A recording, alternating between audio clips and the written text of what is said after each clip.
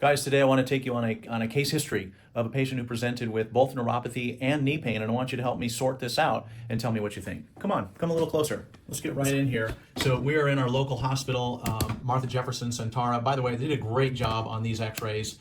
I do have to cover the patient name, so let's be careful for HIPAA privacy. This x-ray was taken March 10th of 2022. The left knee right here and the right knee. If we look at the gap between here and here, boy, it looks excellent. Nice gap. A little bit of thinning of the gap. This side on the outside of the left knee is perfect. Lots of meniscus there. Yeah, a little bit reduced right here. A little bit reduced there. Good side there. She complained of knee pain. It's bad, it's bad, it's bad. Let's take a look. So that was March. Let's go into this next one right here. Here's May, March, April, May. 2 months later, right about the same. Now she was receiving injections where they come right into that joint line right there, and then they squirt in some cortisone. Cortisone is known to damage meniscus, so that's why we're seeing it a little bit reduced on that side. She had an injection at that point. It was starting to damage that, but clearly not bone on bone. So that's May 24th. The story is she kept complaining to her doctor, it hurts, it hurts, it hurts. Please do a surgery. Please do a surgery. It should be noted that her date of birth, we can't see it, but it's 1970. This is a 55-year-old woman. So complain. The doctor's like, no, you're too young, not good, don't want a replacement. We don't want to do that.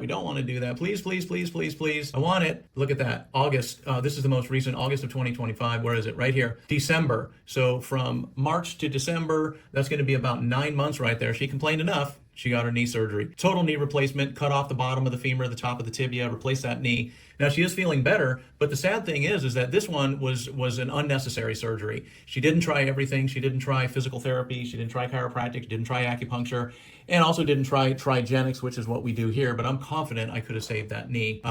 It's replaced. It's done. These things last anywhere from 10 to maybe 15 years. Let's say it's 15 years. That'd be 65. That'd be 70. Well, the average woman lives to 80 or so. What's she going to do? A second replacement? Those do a lot worse than the first. So, oh boy, it was an unnecessary surgery. I wish her doctor would have known about offices like ours that can help out. That was the case history on the knee. She also has neuropathy. She's overweight. She's obese. She smokes 30 cigarettes per day. She drinks, it was 4 a week, maybe more. And she has over 8 different medications. We questioned her on her diet like we do everybody, and her exercise. Exercise, fair enough. Can't move. My knee hurts too much. I mean, I always think you could go swimming. You could do light walking. You could do upper body ergometer. You could do lots of things. Chair yogas. Lots of things you can do to help exercise and get your weight down. Doctor never had a conversation about that. She is on 1, 2, 3, 4, 5, 6, 7, 8, 9 heavy-hitting prescription medications. Now that's called polypharmacy, along with cigarettes and alcohol. These things are interacting all over the place. Each and every one of them have a long list of side effects. We found 1, 2, 3, and 4 of those could lead to peripheral neuropathy. She's trying to wonder at 50, she's not diabetic. Why do I have neuropathy? Very well could be. It could be induced from some of the medications or medications interacting. So on a case like this, where would you start?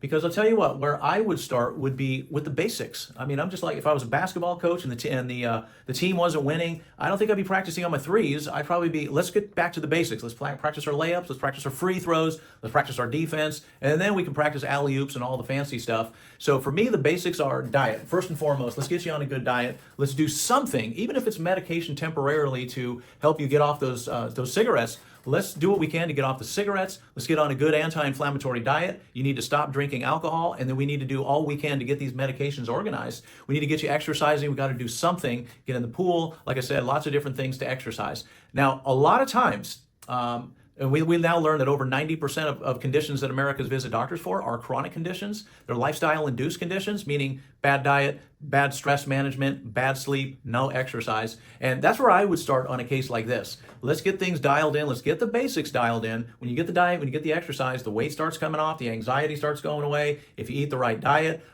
things like acid reflux and GERD start going away. Anxiety starts going away. It's well proven with exercise. All these things are very well known. But what doctors do is they just simply medicate and manage your symptoms. They manage conditions.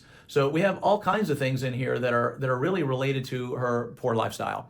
Luckily, she did accept a care plan. I'll be doing a follow-up soon. We've done 1 treatment on her so far, and we're trying to save that knee and we're trying to save the feet. So part 2 will come up in probably a month or 2. Let's see how she does. Let's see how we do, because that's the tricky part for us, and this is why I assume doctors Don't talk diet. Well, one, they're not trained on diet. They don't believe, most of them, not all, but most of them don't believe diet has a daggum thing to do with anything. So they don't sit and talk recipes and the importance of cutting back on your carbs and your sugars and get rid of your sweet tea and how that's just really killing you slowly. They just don't do that. I think they're not trained on it. They don't believe it actually does anything. It's too much time. And frankly, if you fix a patient, that's kind of bad for business. They don't come back. So it might be a monetary thing as well. All of those tied up. That's what we spend our time on, are the basics. And I'll tell you, 90% success rate. Now we do some cool stuff to regenerate the nerves and to improve circulation. We do some things to help out with the knees, and I think that's really important. But I know for sure our results go through the roof if we can handle the basics. So give me your comments below. Let me know, where would you start in this case? How do you motivate someone to change their diet? How do you motivate someone to get off their cigarettes? I mean, it's easy for me. I don't smoke and I eat a good diet. It's easy for me to say, you need to get off those cigarettes. You need to start eating a better diet. Stop drinking.